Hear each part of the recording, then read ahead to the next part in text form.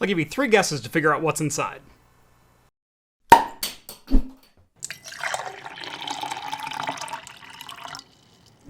Alright, we've got some actionable items from the board, so listen up. We've been working on collaboratively disseminating creative thinking so we can implement multifunctional customized paradigms to revolutionize our compute processes. Now, I have no idea what any of that means, but we need an answer to them by the end of the day. So, suggestions. What about Vultr? Well, that depends. Does it include corporate buzzwords? Well, Vultr is the world's largest privately owned cloud provider. Yes, the cloud. I love it. They say the cloud is good for synergistically transforming enterprise-wide core competencies. Well, I don't know about all that, but with Vultr we can instantly roll out high-performance cloud servers with their one-click deployment tool. They have plans for virtualization or bare metal instances, object storage, even GPU compute for AI-accelerated workloads. I like what you're saying, but could you translate it into a language that I understand? With Vultr, we can quickly revolutionize our compelling processes with customized virtualization platforms, increasing ROI through cloud-based resources. All right, well, I think that's lunch. With Vultr, you can skip the corporate talk and get right down to business. With 32 data centers around the world, they'll have an instance near you and your customers, whether you need a single VM or a full global rollout. Visit getvultr.com/craft and get a $250 free trial for your first 30 days. Again, that's getvultr.com/craft, and a huge thanks to Vultr for sponsoring today's video. Welcome back to Craft Computing, everyone. As always, I'm Jeff, and this is going to be a very exciting video for a lot of people. This is the 45Drives HL15. This is it in the flesh. This is the official production unit of the 45Drives HomeLab server. This is their first foray into this market, officially anyway, and we're going to take a look at it. Now, I suppose before we get into it, I should give my standard review disclosure. Yes, 45Drives sent over the HL15 for my review, but like all reviews on the channel, no money changed hands. 45Drives has no say over the production of this video, nor will they see the video before it goes live on YouTube. I will say, though, that 45Drives over the summer did fly me out to their headquarters in Nova Scotia, walk me around their factory, give me a little bit of a tour, but no money changed hands in that situation either. They simply wanted some creators to come over, give them some advice on trends that they see in the market, and honestly just sit down and have a couple of dinners with us, and that was wonderful. But I am so excited to finally have hands onto this, so let's dive in. So this is the all-new HL15 chassis, and I say all-new with very specific language there, because this is obviously based very heavily on 45Drives Storinator AV15 chassis, but there are a number of very large differences, especially when it comes to HomeLab and small and medium business clients, which is kind of where this chassis is designed to go. Now, for those not familiar with 45Drives, they are a sister company to the case manufacturer Protocase, in which they manufacture all of these beautiful chassis. 45Drives set out with a goal of cramming, you guessed it, 45Drives into a 4U space, and this is the latest evolution of that goal. While 45Drives has chassis that hold, yes, 45 drives and even up to 60 drives, this particular unit houses 15 drives on a 100% custom backplane that is wired into the main system. Now, the HL15 is going to come in 3 different flavors depending on what all you want packed inside. This is the top-end model, also known as their full build model. This includes a Supermicro motherboard, an Intel Xeon processor, power supply, as well as some memory and storage to get you started, and it's all pre-wired and pre-tested from the factory. This configuration, as you see it, will run you right around $2,000 US. There are also 2 different bare bones models available as well, starting at $800 for the steel chassis as well as the pre-wired backplane. You can also add in a 750 watt power supply for $910 US. If you want to install this into a rack, that'll run you about $60 for the add-on rail kit, or you could use it as a stand-up desktop like this with the included rubber feet in either the desktop or tower orientation that I have it sitting in right now. Now, I've seen 2 main reactions to the pricing since, well, 45Drives made me unveil it during their live stream a couple of months ago.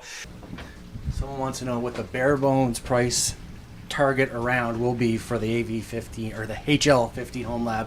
Yeah, does anybody remember where we are in price point for that? We talked about a price point for the chassis with The wiring's unique. It's You gave me a number over the phone once, but I don't want to quote that because I'm probably wrong. I'm just trying to refresh. I haven't looked at it. I really. I want to say it was right around 800 USD is where you were quoting chassis only or chassis and backplane. That's got backplane and everything in it. Yeah. And that has been really one of two camps. Either, wow, that's an incredibly affordable option at $800 for a bare chassis. You can build it yourself into whatever NAS appliance that you want. Or, holy crap, that is way too freaking expensive for 15 drive bays. I'd rather just go buy a Supermicro 948 chassis. Both schools of thoughts are completely right. This is a HomeLab chassis, but you also have to keep in mind it is a brand new HomeLab chassis. $800 for a 15 drive backplane setup where you can build it yourself is actually incredibly affordable if you start looking around at other options that are currently on the market. You have to keep in mind on the used market with server gear, when they were new, they often came with multi-$1,000 price tags. $800 for a bare-bones server chassis that'll hold 15 drives, that's pretty insane. Now, as I have an AV15 out in my garage, it is easy to see some of the differences between the HL15 and the old AV15 in which this is loosely based on. For starters, the top panel on the HL15 is all one piece. There is only one panel that covers both the drive tray as well as the motherboard section. On the AV15, it's actually two different panels, so you can swap out drives or swap out hardware back in the motherboard cavity. I like this one being a little bit more open. It's easier to get in and out of, as there's only two captive thumb screws on the front holding the whole thing together. On the AV15, which is not necessarily meant to be as user serviceable, there is a rear panel that requires 6 screws to take off. So, points for ease of access to the HL15. The next thing I noticed comparing this to my AV15 was the power supply, or rather the lack of a second power supply in the HL15. And I actually really like this decision from 45Drives for a couple different reasons. First off, server and redundant power supplies are insanely expensive. The AV15 comes with a dual 1000 watt power supply, and that's really not needed by most consumers who are just looking to cram a bunch of drives into a server and be able to access them. Being able to use an off-the-shelf ATX power supply, in this case a Corsair RM750E 80 Plus Gold unit, saves not only cost, but also a lot of noise that is generated often by redundant power supplies. My AV15 has 4 40mm fans that I swear blow at about 10,000 RPM. This one, I doubt you will ever hear if you power it up. Speaking of noise, and even more specifically cooling, let's take a look at some of the fans and cooling options they included in the HL15. Now there are 6 120mm fans in here, just like the AV15. However, these are much lower noise fans, and they're designed to run at a lower RPM. The fans that come with the AV15 are designed to run at about 3,500 RPM all the time. Meanwhile, the fans in the HL15, those run at just 1,000 RPM. Now, if you opt for the full build version like I have right here, 45Drives definitely did not skimp on the internals, which is why we ended up with a $2,000 price tag. Inside of here, we have a Supermicro X11 SPH motherboard with dual SFP Plus 10GB networking, as well as an Intel Xeon Bronze 3204 6-core CPU. Now, while the CPU has a rated TDP of 85 watts, in reality it's going to run closer to about 50 watts even under full tilt, as it only has a 1.9 GHz base clock and no turbo frequency. Now, that might turn some of you off from the full build option, but trust me, if you're just using this as a NAS device with spinning hard drives, that is more than enough performance to get the full 10 gigabit of bandwidth out of this server. For memory, we've got a dual channel configuration from the factory with 16 total gigabytes of DDR4 2133 registered ECC. You can obviously expand this all the way out to a full 6 channels of memory and a supported 1 terabyte with this CPU. And finally, we also have an NVMe drive for included storage, in this case a Kingston 1 terabyte Gen 3x4. Now, I can already hear some HomeLabbers yelling at me through the camera, 6 cores isn't enough, and what are they doing deploying Cascade Lake in 2023, and I could do everything inside of there for way cheaper. Yes, you could, and you totally have that option. The point of the HL15 is not to be the only system that you can buy and the only NAS and you have to use their software. It's literally to be the building blocks to be whatever you want it to be. But inside of 45 Drives, stellar case design. What I'm really curious about, though, is that passive heatsink on the Xeon 3204. Are the 120mm fans and case air alone going to be enough to keep that CPU cool? One thing I'm genuinely curious about is how quiet this thing actually is, because I have some claims from some people at 45 Drives that this is going to be office friendly and, sit next to your gaming tower friendly. I'm a little dubious. It's a server. How quiet can it possibly be? So let's go ahead and load this thing up with all 15 drives installed, fire it up, and see how quiet it actually is, because I have not heard this run yet, nor did I get to hear the model that they have at 45 Drives main facility. I didn't get to hear that one run either. So I'm curious, can you actually run this in an office? Let's find out.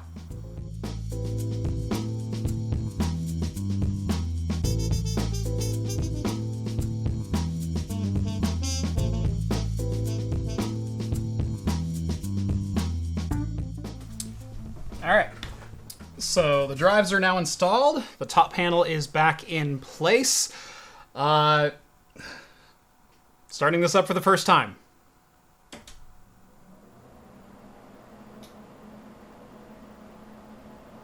Okay, not bad. So it's powered on at this point. It's gone through the BIOS. It did the self-beep thing that Supermicro motherboards do. Honestly, I don't think it's going to get any louder or quieter than this. This is not a terrible volume level. It's a little louder than I would like to have in my office, especially if I'm sitting this close to it. If it was on the opposite side of my room, about 12 feet away, I think it'd be okay. Especially considering it's a server with 15 drives in it. You've got to keep everything cool. There's a lot of power that's going to be going through this, even with only that 85 watt TDP CPU in here. Those drives are easily 5 or 6 watts a piece. Times 15, that adds up pretty quick. So there is a fair amount of power going through here, and I don't expect this thing to be, silent. But one of the things I was worried about was going with some lower velocity fans. Would the airflow still be adequate? I will say there's a good amount of airflow coming out the back of this server still. I'm actually a little bit shocked at how much airflow is coming out of there. So yeah, not necessarily 100% friendly sitting in the same room as you, but even in my very first networking closet, which was literally the closet in my bonus room, I don't think I would mind this at all. So that is a very quick overview of the 45 Drives HL15. If you are interested in getting into HomeLab, getting into building your own servers, this is a fantastic offering from 45 Drives, and something we've been looking for from some major manufacturers for quite some time, that is to be a little bit more friendly to not only DIY enthusiasts, but also people who build systems for small and medium businesses. I can't tell you the number of times that I didn't want to quote someone $8,000 to buy them an HP server when I could build them the same server and provide the same kind of, local service and security for maybe half that amount of money. An offering with good quality like this honestly is going to be a game changer for a lot of people, not just the HomeLab community. Once again, there are 3 flavors to the HL15. Starting at $800, you get the chassis itself, plus the pre-wired 15-drive backplane. For $910, you get the 750-watt power supply pre-wired into it. And for $2,000, you get a honestly pretty competent Xeon-based platform on a Supermicro motherboard that you could build into whatever kind of server that you wanted. I was impressed when I saw this for the first time in Nova Scotia at 45 Drives HQ. I'm even more impressed now, given that they were actually able to hit the $799 price point for this chassis. Off-the-shelf component ready to build whatever system you want inside of there. Uses standard fans, it uses a standard power supply, and This is going to be a fantastic option for a lot of HomeLab enthusiasts as well as small and medium-sized businesses alike. If you are interested in the HL15 from 45Drives HomeLab, I will have links down in the video description. Make sure you go give those a look. On your way down there, make sure to drop this video a like and subscribe to Craft Computing if you haven't done so already. Follow me on the social medias at Craft Computing, and if you like the content you see on this channel and want to help support me in what I do, consider going over to craftcomputing.store, grabbing one of my made-in-house pint glasses, and start drinking like a pro. That's going to do it for me in this one. Thank you all so much for watching, and as always, I will see you in the next video. Cheers, everyone.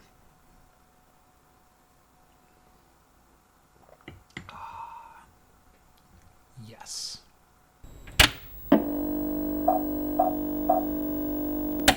Beer for today is from the House Brewing Company. It is their Scotch Ale Barley beer. Handcrafted and canned conditioned for an exceptionally smooth texture. Brewed and canned in Charlton, Massachusetts at 8.4%. Quick lesson on canned conditioned beers. There's usually some sediment, some active yeast, some floaties, if you will, in the can.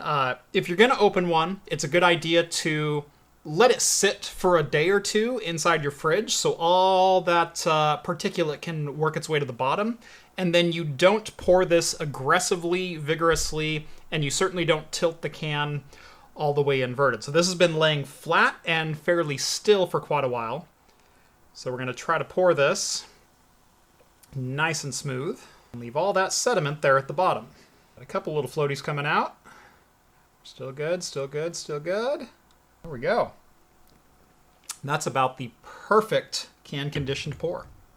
All right, so the House Brewing Company, established in 2011, Scotch Ale Barley Beer, 8.4%. If there's a better malt profile out there for a barley wine or a Scotch ale, I'd like to know of it. Because this is probably the best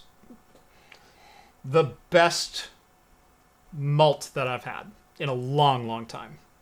It's got that deep, rich, buttery smooth caramel butterscotch type flavor to it. I'm not a big wine drinker, but I have some family members who are, and specifically they're very into dessert wines. This reminds me of that port and coffee that you finish a really good Italian dinner with. Man, if you pair this with a creme brulee, well, I know what I'm doing with my evening now. How about you?